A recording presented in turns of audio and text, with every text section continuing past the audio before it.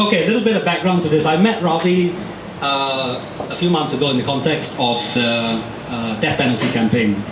We're talking about constitutional challenges and things like that, and I found the concept of Singaporeans challenging the constitution a rather bizarre concept. But then, thankfully, we have people like Ravi here who actually do challenge the constitution. And then I began to think that, well, actually, it's our constitution. It's not the PAP's constitution. And we will decide, never mind the PAP, about what the constitution should contain. So we had a long talk in this place, actually. And Ravi suggested that perhaps one day we might start to look at 377A from the standpoint of a constitutional challenge. And he had speculated as to whether I might be willing to be the test case, what do you call it? The guinea pig. I didn't quite like the idea of being a guinea pig at the time, so I said no. But I said, okay, let's pencil that in for a future discussion.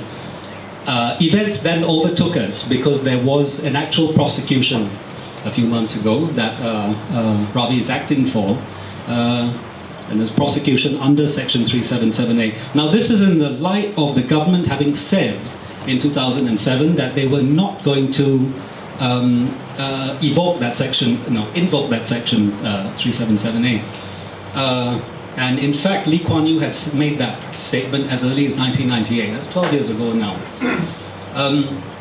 So essentially the fact that they are still invoking the section, to me, suggests either that the government is not keeping its word, i.e. that the government is telling a lie, or that individual officers, enforcement officers, agents of the state, the police, for example, are expressing their own personal prejudices, regardless of what their political masters are saying. And that could very well be the case, because this particular prosecution has now been so-called recalibrated from 377A to 294, which is a gender-neutral prescription against sex in public, never mind whether it's men or women. Now, I'm not sure why they couldn't have done that at the start, unless they didn't know the law themselves. Our legal officers don't know the law, or they were trying their luck. Let's push this under 377A. Let's not bargain for the fact that Ravi is going to be the lawyer for this case, and we'll see whether we can push it through. Now that's how provisions of the law that are based on prejudices, one group's prejudices against another group, that's how they are expressed in the breach, under the radar, as it were. So that's the background to today, and I'm very pleased that we've had quite a good response to the invitation for people to come here and listen to us speak. I think it's a very significant issue that we're dealing with. Someone asked me once, let's say tomorrow 377A is repealed. What's going to happen? Well, I said we're hardly going to have rioting in the streets. Singaporeans don't riot. Lee Kuan Yew is famous for having once said that. The middle classes, he said, don't riot. What I think is important is that 377A represents the bedrock, represents the underlying proscription against gay men. And if you don't remove that from the statute book, nothing else can develop. And we've seen that in countries that have removed their own versions of Section 377A. England, for example, 1967. So we're only 43 years behind the times, which is not so bad. And I think once we have removed 377A, then we can start to look at all the other issues that arise. For example, gay marriage. Gay partners being allowed to claim their partner's pension if the partner dies, that sort of thing. Gay people being allowed to take over a tenancy of an apartment after their partner dies or they split up, whatever. These things will happen once 377A has been removed from the statute book. It will also, and I think this point needs to be made very clearly, it will also prevent prejudiced agents of the state from being allowed to operationalize their prejudices by using 377A, even when their political masters have said, no, we're not going to operationalize 377A. So that's the background. I think I probably used up about 7 minutes of my 10 minutes. And I've got 5 more pages to get through here. It's still interesting, I want to I'm still interesting, I think so. It's a democratic vote. No, it's a democratic vote. Now, if you're gay and you live in Singapore, then there's a small challenge. Your very self is prescribed by the state. Your very self is told by the state and therefore the community that that aspect of who you are is so repugnant, so profoundly unpalatable that we have to put a provision on the criminal law, not even the civil law, that controls who you are and how you behave. Some of you may be lucky to have avoided the fate of living in a society, living in a culture where you're told that everything about you is wrong. I remember when I was growing up, and this was in the 80s, there was, actually the 60s, no, it was in the 80s. There was a bar, there were two bars in the Far East Plaza in Scotts Road. One was called TGIF, straight bar, all very nice. I used to go there. Just above that, there was a bar called the Niche, and that directly above it in the corner, and that was a gay bar, and it was all closed up. The doors were always closed, and as a teenager I used to walk past it, and I used to think, I want to go in there, and I never dared to go in there for a whole range of reasons, but I went to the straight bar downstairs. So if you don't grow up in that kind of an environment, you learn to develop your personality in a holistic way. You learn to be proud of who you are. If you grow up in a country like ours, in a climate like ours, it's quite easy to develop a dysfunctional personality, a dysfunctional sense of who you are, because you're being told constantly. I once told some people, just imagine, some people who were heterosexual, just imagine that every day, from every quarter, you were told that being straight was wrong, being straight was evil, being straight was unpleasant, we have to control straight people. Now, you've developed with a dysfunctional personality as well. That's what gay people face. But of course, I'm not saying that only bad outcomes come from growing up gay. Some of the world's greatest heroes, some of my greatest heroes were gay. And you develop a sense of courage, you develop a sense of who you are as a person, you develop a sense of struggling for what you believe in, but most importantly, you develop a sense of kind of empathy for others. You develop a sense of compassion for others, you develop a sense of anger deprivation. And I think that has motivated a lot of us to come here today and listen to what we can do about 377A. Now, what I want to talk about is where this prescription has come from. And I will speak from my background in sociology, I will speak from a kind of sociological point of view. No doubt Ravi will give us the legal development of 377A. And both of them together have to be understood if we are going to understand where this has come from and why it must lead the statute book. The other thing I would say at this point is that we cannot forget that this provision is used selectively, not all the time, it's used selectively. So we must also then bring in, which I won't today, I'll just suggest the point that we must bring in issues of class as well. It's a well-known fact that if you're educated, middle class, whatever, you have more social capital to challenge the system. And I presume it's no accident that those of us who are speaking on this platform today will probably be from the middle classes, less cowed by the system. However, the operationalization of Section 377A is used precisely against those people who have less of the social capital to challenge the system. And that's what we must remember as well, in terms of why we want to fight against this or any other provision of the law that prejudices people. Now, I will move into a kind of historical lecture now. This is where I'll probably stop being so interesting. But I think it's important for us to set the stage. Yeah? Sexuality, we all know, is a very, very powerful part of the human personality. Individual human beings are subject to this strong urge, and societies throughout the ages and all over the world have tried to set controls, parameters around the expression of sexuality, because we know how deviant sexualities, deviant sexual impulses can cause pain and suffering. The most obvious examples are rape and child sexual abuse. But I'm talking about those aspects, those kind of criminal behaviors, where one actor in that transaction is non-consenting. So of course with rape or with child sexual abuse, one of the actors is non-consenting. Whereas when you have two consenting adults not harming anybody, want to engage in a particular form of behavior that has no social impact, then we must question why the authorities refuse to remove it from the statute book. There was a celebrated case in England in the last 10 years, and that was an S&M case. The basic facts of the case were that there were 6 men who were interested in S&M. That was their particular sexual predilection. They used to get together on a regular basis and act out various S&M activities. They were charged because they were inflicting harm on one another, assault. They were charged under the assault laws. Their challenge was, who are we assaulting? The person that we are causing pain to has respectfully asked us to cause that pain to them. So, come on, get a grip. So essentially what I want to say here today is that, let's look at why provisions of the law that don't affect anybody else, that don't harm anybody else, and that are purely consensual, continue to remain on the statute book. And the historical lesson that I'm going to give you will set that context. Now, we have to bring in religion here, and I'm not going to bring it in a kind of a sense of criticizing any particular religion, but purely from a sociological point of view.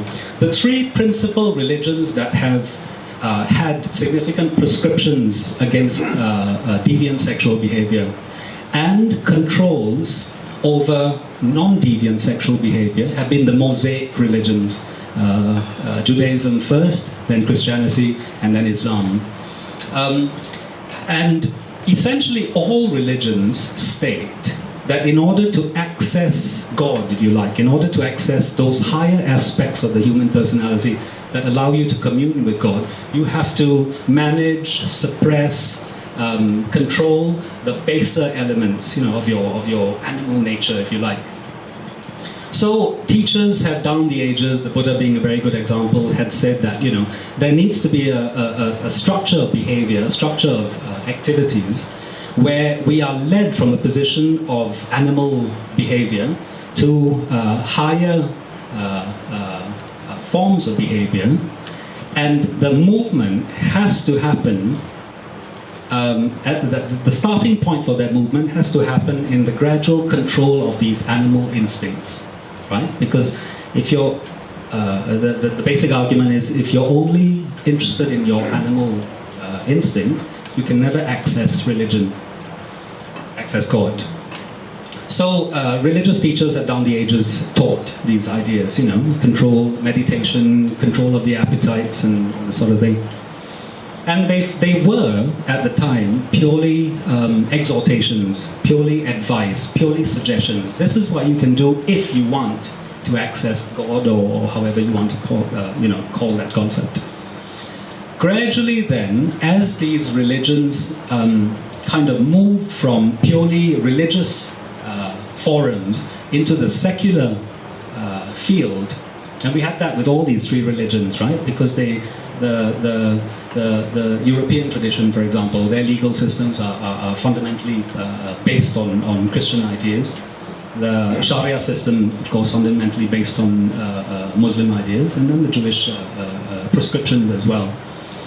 It meant that there was a change from it being advice, it being guidance, it being exhortation, to it being particular lists of behaviors that you were not allowed to do under pain of a particular prescription.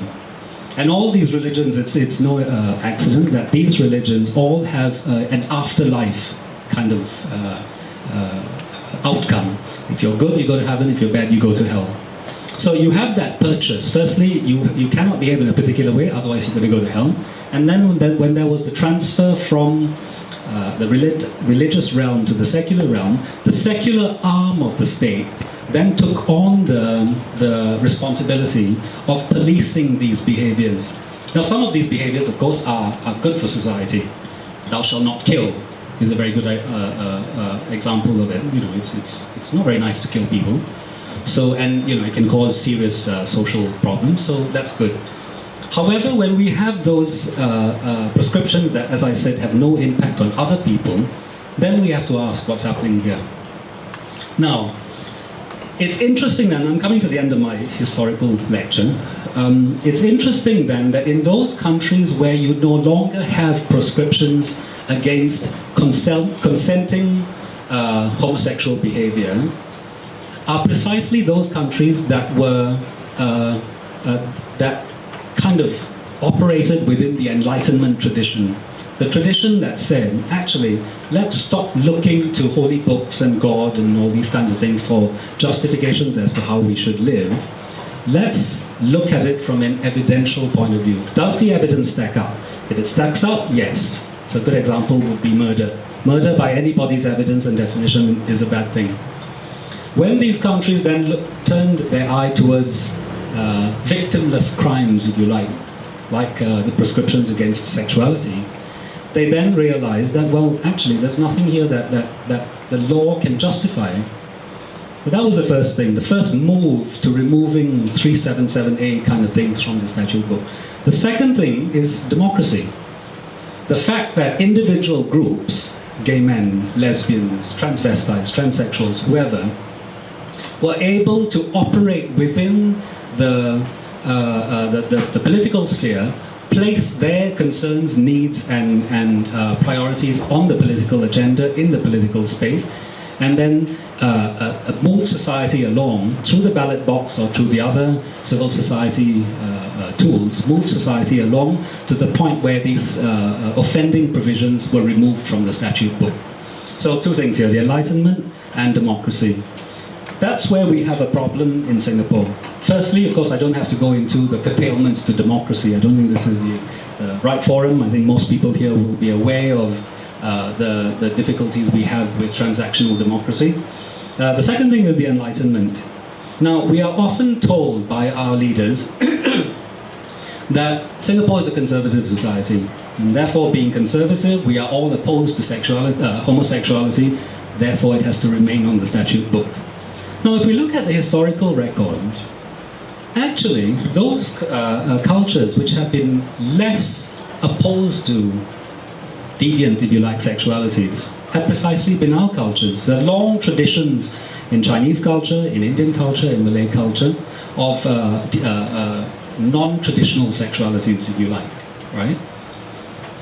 We are also then told that there is a significant sense in which we are an Asian, people of an Asian culture, people of an Asian sensibility, Confucian values and all that kind of thing. It's a little known fact that Goh Keng Swee, who recently passed away, once said in a speech at the Civil Service College that in fact, and this was a few years before he resigned from politics, I don't know whether it had any impact on his resigning from politics, but he said in the Civil Service lecture that in fact Singaporeans were less part of an Asian values discourse and more part of a Victorian Christian discourse.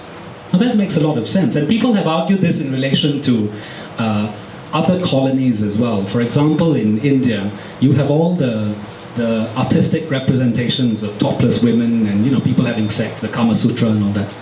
And those were there for thousands of years. You get these British guys who come in, and then they start painting over, start putting leaves on the private parts and all this sort of thing. Right? And suddenly we are told that's an Asian values kind of thing. No, it's not an Asian values, it's a Victorian Christian thing. And if you read more and more into Goh Keng Swee's writings, his speeches, you will realize this man talked a lot of sense.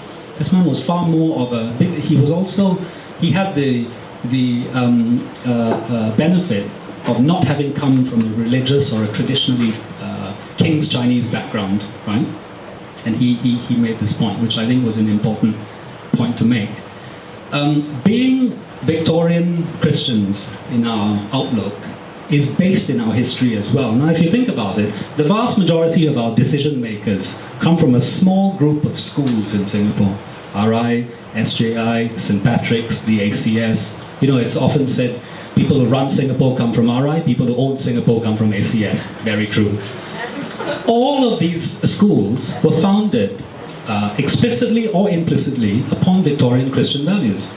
Sir Stamford Raffles was very much in the mold of the Victorian Christian mentality. The man who actually spearheaded the development of RI, Dr. Morrison, he was a pastor in the Anglican Church. Then, of course, the ACS. That was formed by the church itself, by the Methodist Church. St. Patrick, St. Joseph, all the other convent schools, Catholic.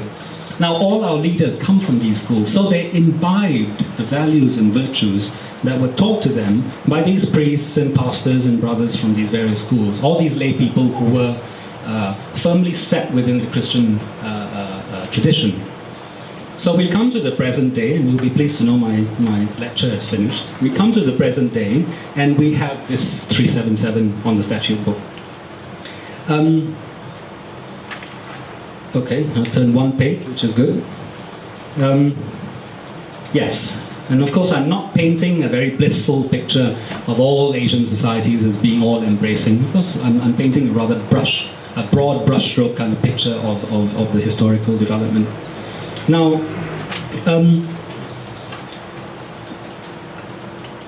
because of the Enlightenment, because of democracy, we in Singapore have been able to take from those countries that have removed 377A-like provisions from the statute book. We've been able to take their research, their knowledge, their writings. And even Lee Kuan Yew said in that 1998 speech that homosexuality is probably has a genetic basis, and having a genetic basis means that prejudice against homosexual people is misplaced. They then went on to say that the MHA, Ministry of Home Affairs, then went on to say in 2007, I believe, that we would not actively prosecute under Section 377A. Now, of course, we are in a situation today where that's not true. We are still being, men are still being prosecuted under Section 377A. Of course, they didn't bargain on Ravi, as I said earlier. Now, I have two responses to these positions of the government. The first is that it has proved a lie, right? 377A, the prescription against using it has proved to be a lie. And the other question is why, if there is a gender-specific, gender non-specific, gender-neutral provision, Section 294, I believe, then why is 377 still being used? Now, this is where I come to the crux of my argument. The fact of having a proscription against the behavior of a particular type of group creates in society the view, a majority view, that there's something wrong with that group of people, because otherwise why would the law prescribe it? When Ravi posted the press release, or rather when TOC posted the press release about this event on TOC, one of the comments was, you can comment below TOC, one of the comments was, homosexuality has always been wrong, since when did it become right? Now, I don't know what this person was basing it on, but I suppose what he based it on was the fact that, it appears to be wrong. Why does it appear to be wrong? It's prescribed on the statute book. So when you have that, you then allow prejudiced agents of the state to be able to say, right, when I get a transvestite in my police cell, I'm going to beat him up because the law supports me. When I see two men having sex in a public place, I'm not going to use the gender-neutral prohibition against sex in a public place. I'm going to use the gay prohibition in a public place. You also entitle the government, the MDA, the Media Development Authority, to refuse to approve any positive representations of gay men, lesbians, right? We've been told this countless times in the past. Plays and films have been banned for that reason. You also allow employers to stop. You enable employers to prejudice their employment processes to not employ gay people. You also have this odious example of public money being used through MCY, as Ministry of Community Development, Youth and Sport, to fund something called, I don't have the thing here, Liberty League, yeah. Now this Liberty League is an organization that purports to cure homosexuality. I believe it comes from America, right? And I think there are large numbers of these organizations in America that will cure you of your homosexuality. Usually there's a religious a basis to it. Now, that's fine if you want to propagate that. We live in a democracy, all voices will be heard. If these guys want to go and prevent me from being gay or to cure me from being gay, well and good. It means that I won't be discriminated against, the police won't beat me up in a cell. But when my money and your money starts being used through the ministry budgets to fund these people, then I'm going to take issue with it, because that's not the government's money. That's my money and that's your money. And so when we pretend, and these things have been happening in those countries that have removed 377A-like provisions, the debates were heard, and gradually we got to a point, those countries got to a point where these monies were no longer given. If you want to do this sort of work, go and raise your money just like anybody else, and then do your work. But that's where the problem is, because you have young people who are not getting in schools, who are not getting a balanced. Okay, I see Ravi looking at his watch, so I'm going to round off here. Sorry, it's a clock. It's a clock. It's a clock. Yeah, Ravi has a clock. You have young people in schools who, firstly, are not getting positive images of what it means to be gay. You have organizations who are propagating an anti-gay agenda. You have government departments who are saying, no, we can't have positive images. Now, if we then have the minister mentor saying, yeah, but it's genetic, we shouldn't prejudice them, what's the position? Therefore, as Ravi said very eloquently in his the press release for today, what it means is that the government holds a power in reserve to be used as and when. Now, to hold a power in reserve to be used at a time when the person against whom that power is being used doesn't know it's going to be used, is a definition of terrorism, isn't it? Osama bin Laden has lots of guns, and he's not going to tell us when he's going to use them. One day he'll come and shoot all of us. That's terrorism. So this, in the form in which it was put in the press release, is a form of legal terrorism. And it terrorizes gay men, because we don't know when it's going to be used against us. We don't know when we are going to be discriminated against in social or employment methods. And essentially it leaves us with a shifting kind of framework where we don't know what to expect, whereas the law is supposed to protect us all equally. So let me just see if I've got anything to add. Yes, I've got one further thing to add. When you have all those negative attitudes being constantly aimed at young gay people, then you don't have access to the full range of developmental tools which will allow you to develop into a fully functioning, confident, secure, and whole human being. That's part of the problem, one of the major problems with 377A. So constantly, gay people in Singapore are wrong-footed in the sense that, firstly, they grow up with an idea that they are not good, they are repugnant, they are to be controlled, and secondly, they don't have any positive images. And all of this, in my contention, is based in Section 377A, which is why it is seminal that we look first at 377A, decide how we're going to deal with it, and then move on from there to further examples of our freedom. Thank you.